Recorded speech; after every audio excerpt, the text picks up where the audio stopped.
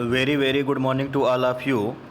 Robert Frost के जितने भी इम्पॉर्टेंट वर्क्स हैं उनको हम लोग इससे पहले की क्लासेस में कवर कर चुके हैं।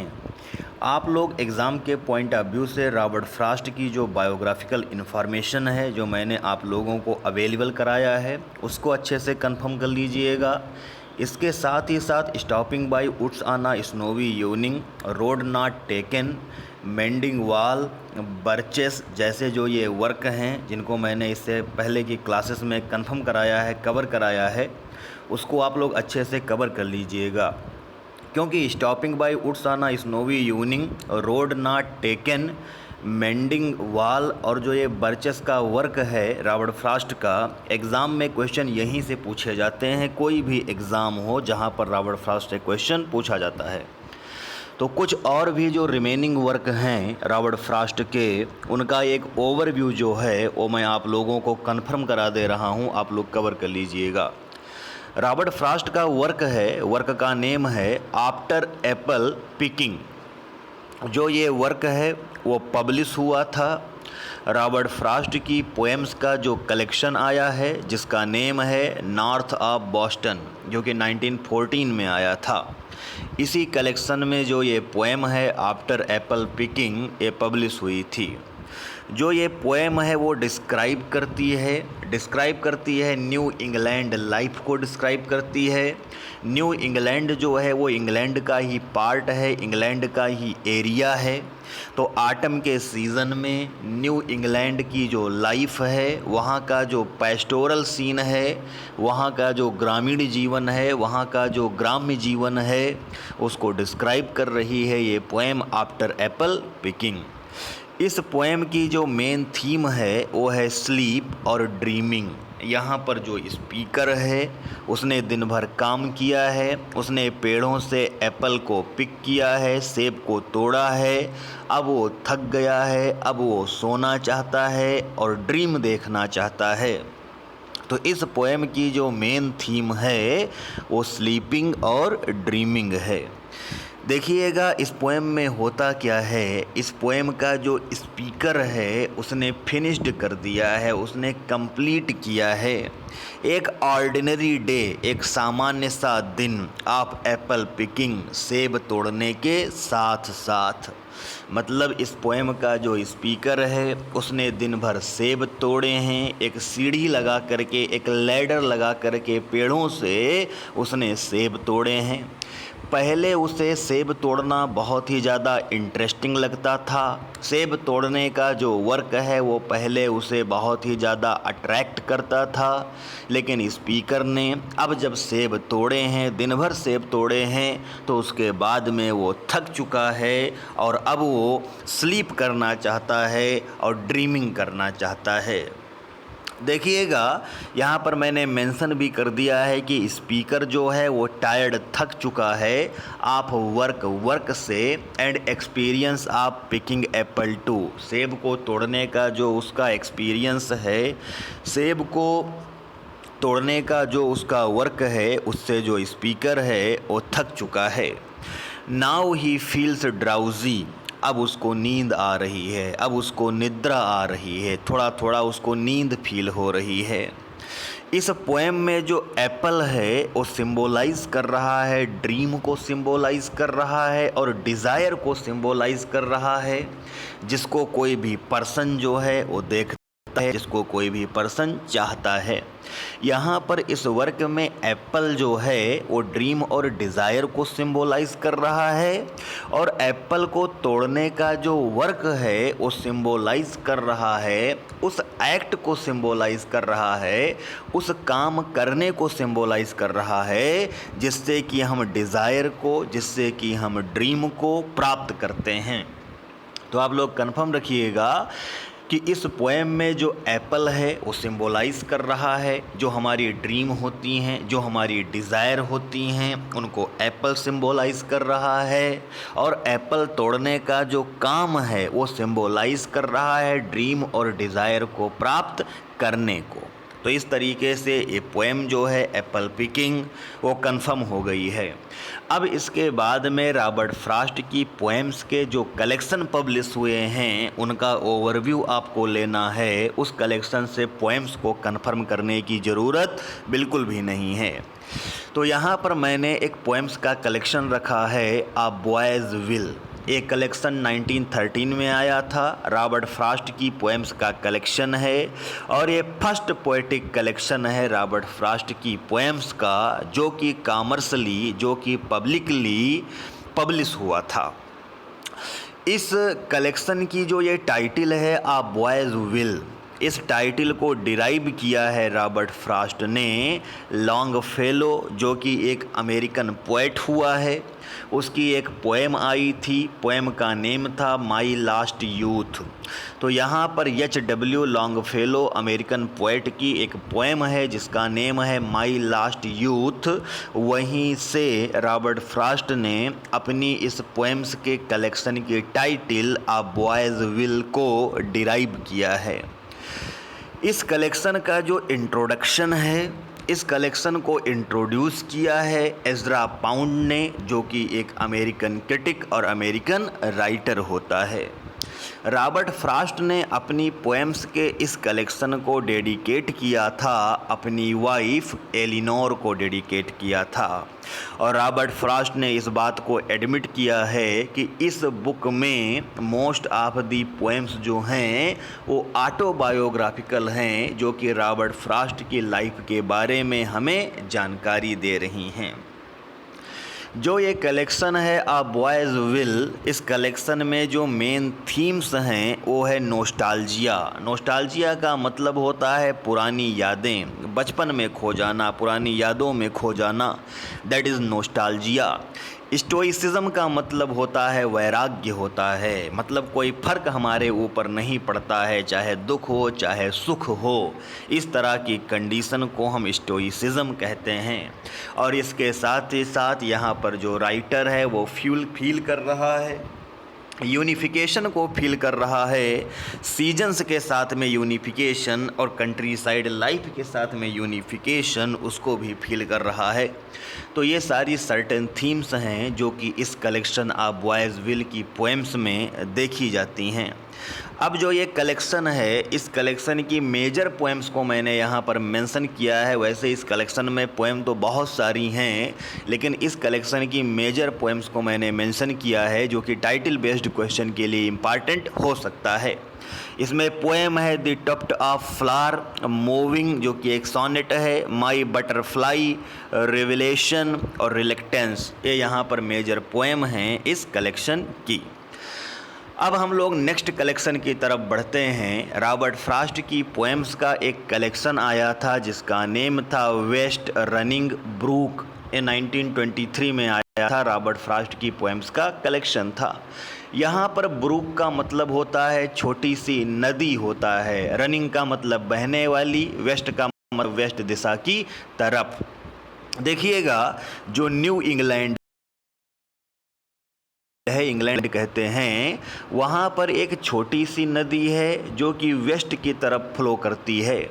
इस नदी को छोड़ करके न्यू इंग्लैंड में जितनी भी नदियाँ हैं वो सब ईस्ट की तरफ फ्लो करती हैं।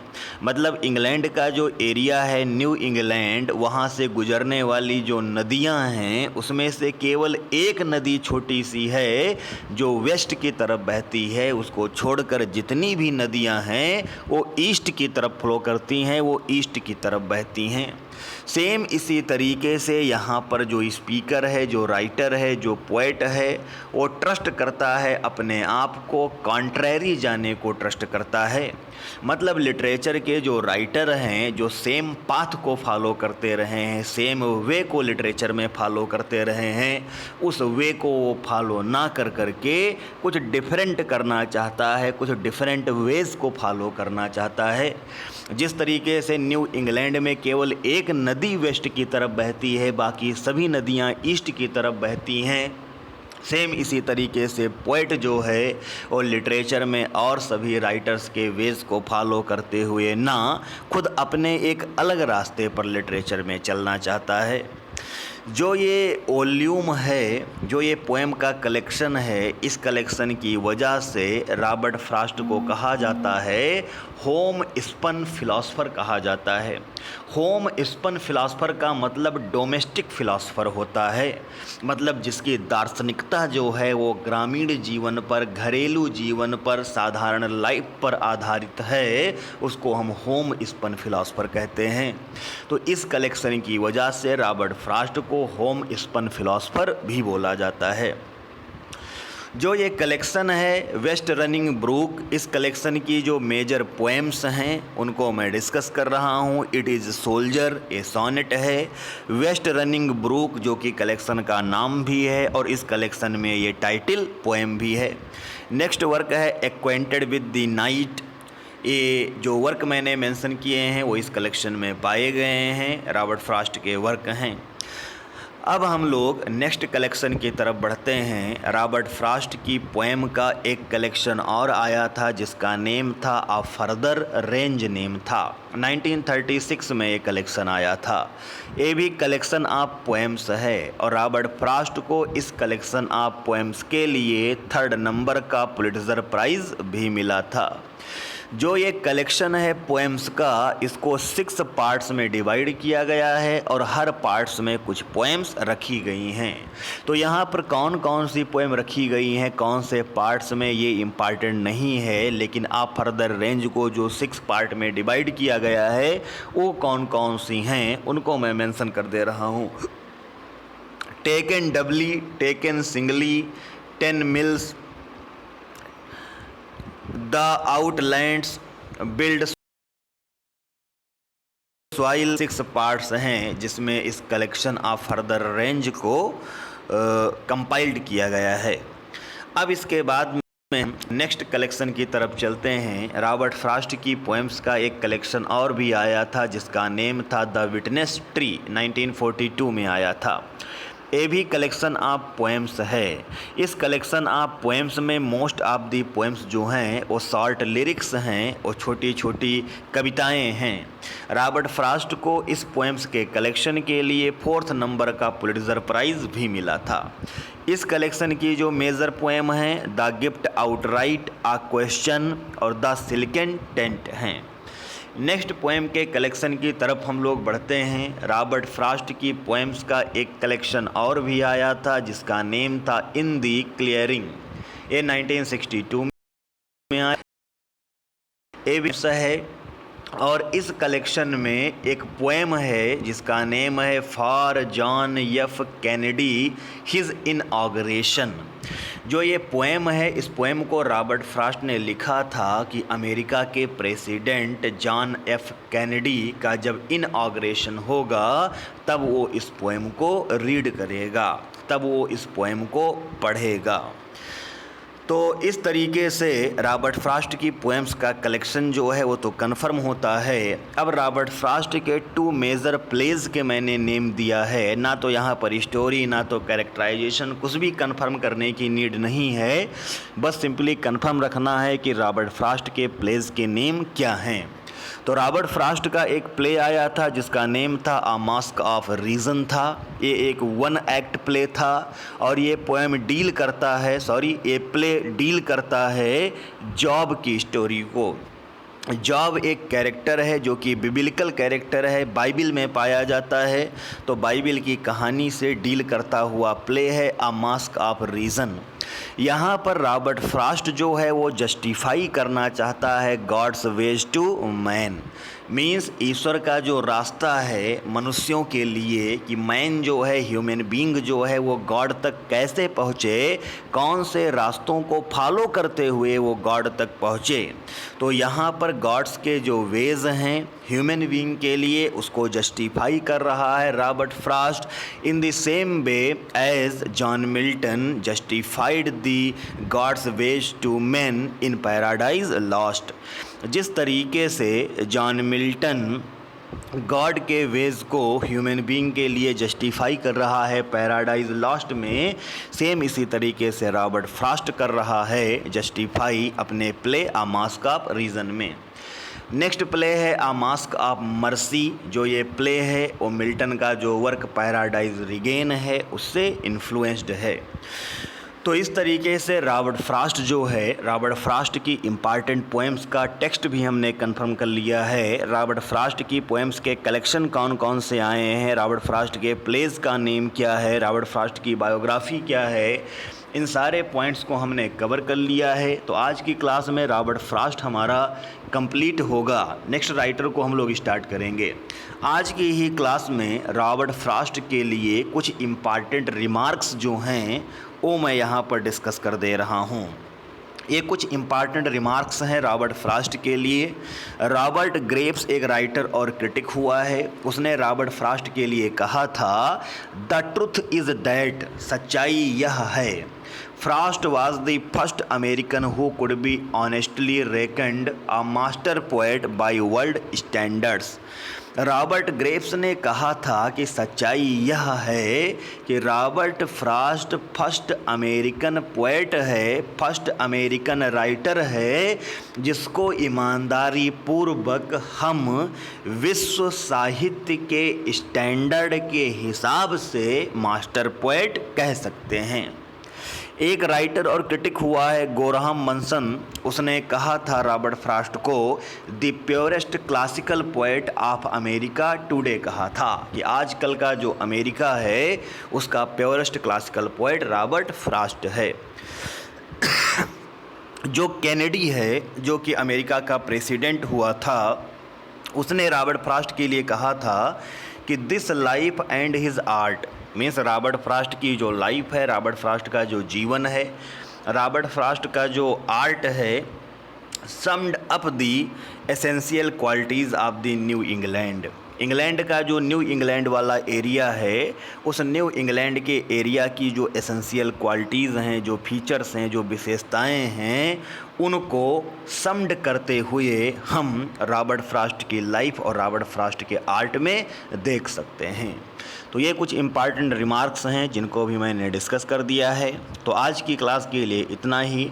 नेक्स्ट क्लास में हम लोग नेक्स्ट राइटर स्टार्ट करेंगे। So thank you very much to all of you.